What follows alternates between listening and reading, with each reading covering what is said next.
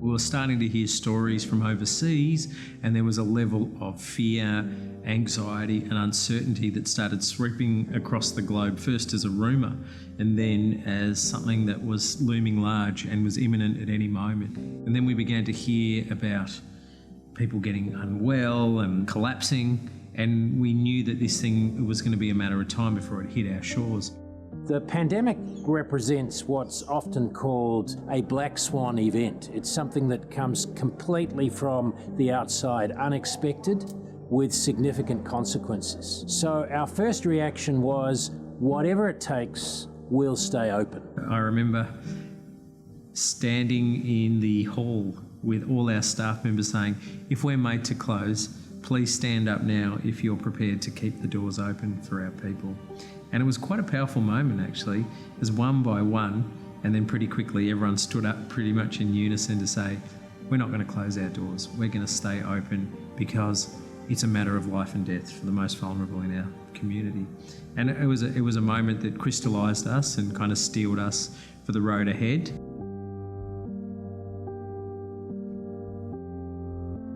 For us to remain open, we had to remain pretty nimble at the time. So we limited our centre-based operations to a few hours a day for the essentials like showers, toilets, access to housing applications. Mentally, COVID just rocked me. When COVID first happened, none of the services were available except for coming here to Wayside, and they helped me out. And they gave me food packs and everything. Wayside's a very important place during COVID, and the support that we get off the staff, the volunteers here, is absolutely amazing, and I love all of them. In lockdown, I think the most important thing was that we were open every single day. COVID first hit, there was a lot of people were out of work and on the streets, and homeless people was very hard. And during the COVID, Wayside was very important for the homeless people, because if it wasn't for them, we wouldn't have showers, people's mail, bath, clothes, feed. So it was very important for them to stay open.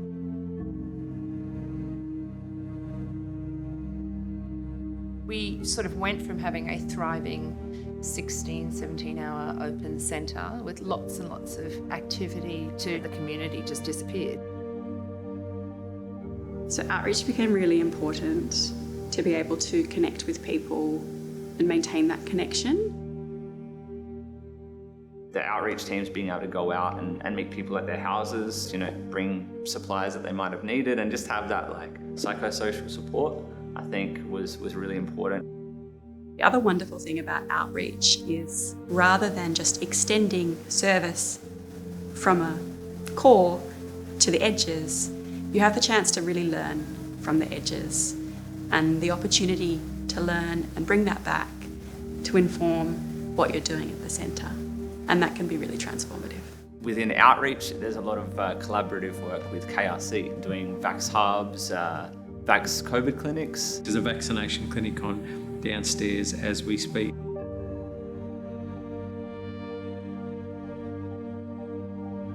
The community now, instead of having to go somewhere else to their doctors or to a clinic or to the hubs and that, they can come to Wayside and not be afraid of having strangers put a needle in their arm. They know people at Wayside that are going to be there to support them through it. So yeah, I love the idea of Wayside having the vaccination hub here.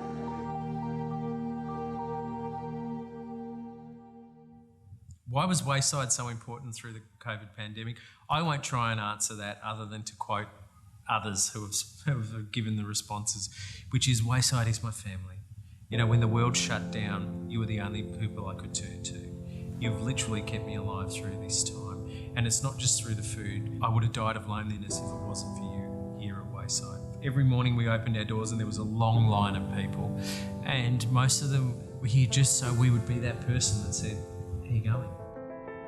I reckon the last couple of years has been like a vaccination for all of those inside the Wayside Chapel to say, you know what? We're immune to what it is that can be thrown at us, and we can prosper in the face of the sorts of challenges we've had, and make an even greater difference.